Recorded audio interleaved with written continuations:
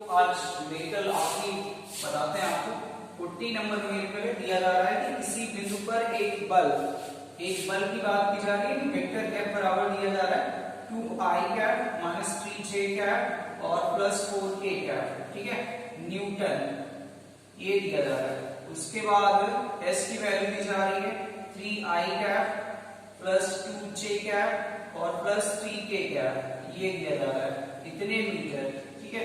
आपको निकाल के आना है, इससे बल आघूर्ण की गणना कीजिए। बल आघूर्ण निकाल के आना है, तो बल आघूर्ण के लिए आपने फार्मूला पढ़ा है, टाउ बराबर क्वेश्चन मार्क होता है, तो लिखेंगे बल आघूर्ण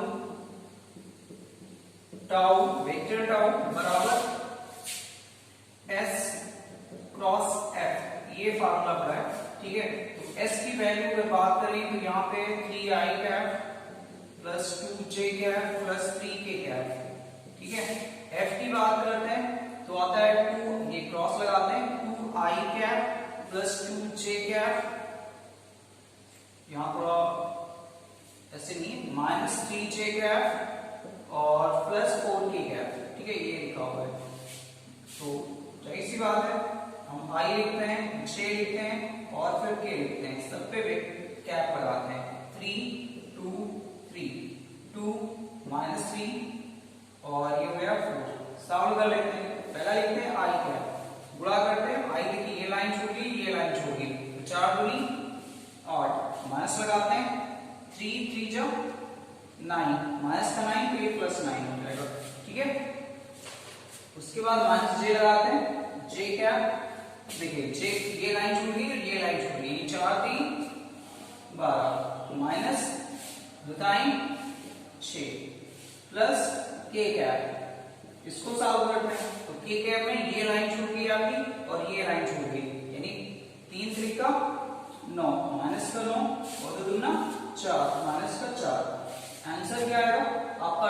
8 और 9 कितना होता है? 17i कैप प्लस या माइनस 12 में से 6 गया, माइनस 6j कैप और माइनस 9 4 13, माइनस 13j कैप, ये आपका आंसर होगा 40 नंबर की। तो इस तरह से आप 41 सॉल्व कर सकते हो। 41 तक आप सॉल्व करेंगे, इसके बाद आप नहीं सॉल्व करेंगे क्योंकि वो आपको नहीं लिखाया गया, ठीक है। क्या हुआ? वो आपको नहीं लिखाया गया क्योंकि आपके सिलेबस में नहीं है। उसके बाद अगला लेसन आपको हम बताते हैं रेखीय गति, ठीक है, हेडिंग है रेखीय गति।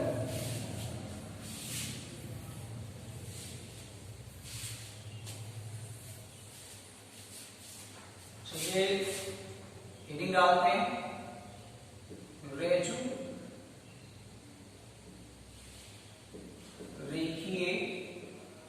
गति। ये लेसन 7 चल रहा है, समतल पर गति, चैप्टर का नाम है समतल पर गति और उसकी फर्स्ट हेडिंग है रेखीय गति।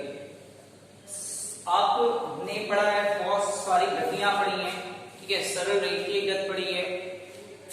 तो यहाँ पे सरल रेखीय गति में जब कोई कण जो होता था सीधा गमन करता था, मतलब सीधा चलता था, उसको हम सरल रेखीय गति कहते हैं। जबकि यहाँ पे ऋज रेखीय गति की बात करें तो जब कोई पिंड एक ऐसे त्वरण के अधीन गति करता है, क्या होता है?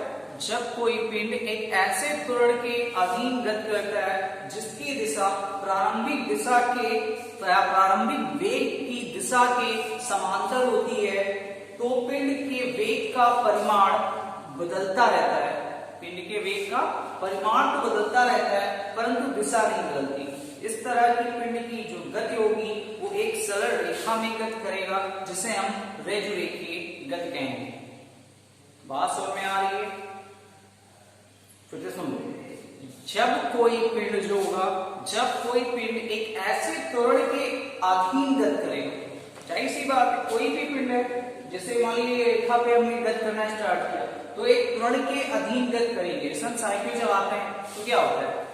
साइकिल चलाते हैं तो एक त्वरण लगता है, गति करता है त्वरण, है ना, ये त्वरण के अधीन हम गति करते हैं, ठीक है। जैसे हम बोर्ड पे लिख रहे हैं तो एक त्वरण के अधीन हम मार्कर से लिख रहे हैं, या साइकिल आप चला रहे हो तो एक त्वरण के अधीन आप गति कर रहे हो, करते हो नहीं करते, है ना। जैसे आप मान लीजिए त्वरण पृथ्वी के स्पर्श द्वारा त्वरण लगता है, कुछ आपके साइकिल के त्वरण या साइकिल के कारण त्वरण लगता है। जैसे मान लीजिए आप साइकिल पे जा रहे हो, ठीक है, आपके टायर, जो आपके साइकिल के टायर है और पृथ्वी की जो सतह है उनके बीच घर्षण लग रहा है, तो वो भी तो एक त्वरण है, ठीक है। वेट ज्यादा हो गया साइकिल पर, तब भी त्वरण के अधीन गति कर रहे हैं। हवा का जो रुख है वो भी तो एक त्वरण है, तो उसके कारण भी गति कर रहे हैं। यानी हम कहीं ना कहीं त्वरण के अधीन गति हमेशा करते हैं, चाहे हम जो कुछ भी करें, ठीक है।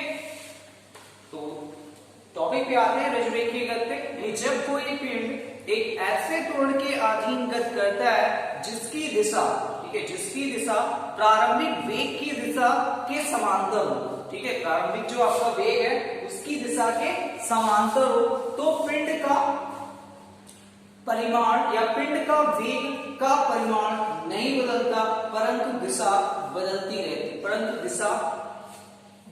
रहती है, ठीक है। इस तरह पिंड का जो वेग होगा या पिंड की जो गति होगी वो एक सरल रेखीय या एक सरल रेखा में गति करेगा, जिसे हम रज्जुरेखीय गति कहेंगे। क्या कहेंगे? रज्जुरेखीय गति। उसके बाद नेक्स्ट हेडिंग आती है एक समतल गति। क्या आती है? एक समतल गति। अब एक समतल गति क्या है या एक समतल में गति क्या है? जब कोई वस्तु एक समतल में गति करता है तो इसकी यह गति एक समतलीय गति करती है। जैसे अभी ये लाइन खींची गई, कोई पिंड जो है एक समतल में लगातार गति कर रहा है, ठीक है, तो उसकी जो गति होगी वो एक समतलीय गति कहलाती है। जैसे या द्विमितीय गति कहलाती है। जैसे आपका फर्श पर रेंगता हुआ कोई कीड़ा है, फर्श पर रेंग रहा है कीड़ा, तो क्या होगा? वो एक समतलीय गति है, ये तो नहीं है। वो क्या हो सकता है? वो फर्श के नीचे तो जा नहीं सकता, सिर्फ क्या कर सकता है? फर्श पर चल सकता है, यही तो कर सकता है, या फर्श पर उछल सकता है, ठीक है। तो इसकी जो गति होगी वो एक समतलीय गति होगी। क्या होगी? एक समतलीय गति होगी, ठीक है, या द्विविमीय गति कहलाती है, ठीक। जिससे प्रक्षेप की गति है। प्रक्षेप जानते हो? नहीं जानते हो? प्रक्षेप का मतलब ये होता है कि जब हम किसी पिंड को नीचे से ऊपर फेंकते हैं, ठीक है, ना कि ऊर्ध्वाधर फेंकते हैं और ना ही क्षैतिज फेंकते हैं। ऊर्ध्वाधर ये क्या है आपकी? ये जो है क्षैतिज है और ये क्या है? ये ऊर्ध्वाधर है। यानी जब हम किसी पिंड को कुछ इस प्रकार फेंके, ना तो वो क्षैतिज दिशा में जा रहा हो और ना ही ऊर्ध्वाधर दिशा में जा रहा हो, यानी हम कहीं ना कहीं इन दोनों के बीच में किसी वस्तु को फेंकेंगे, ठीक है। तो जो भी हमने वस्तु को फेंका है या जो भी पिंड गति कर रहा है उस गति को हम प्रक्षेप गति कहते हैं, और जो हमने वस्तु फेंका है उससे हम प्रक्षेप कहते हैं। क्या कहते हैं? प्रक्षेप। यानी पिंड को कुछ इस प्रकार से गति कराएं और वो पुनः आके पृथ्वी पर आ जाए, ऐसी गति जो होती है वो प्रक्षेप गति कहलाती है। समझ में बात आई? जो कि आपको आगे प्रक्षेप के बारे में आपके आगे पढ़ाया जाएगा, ठीक है। तो आप लोग सही से पढ़ते रहें, समझते रहें।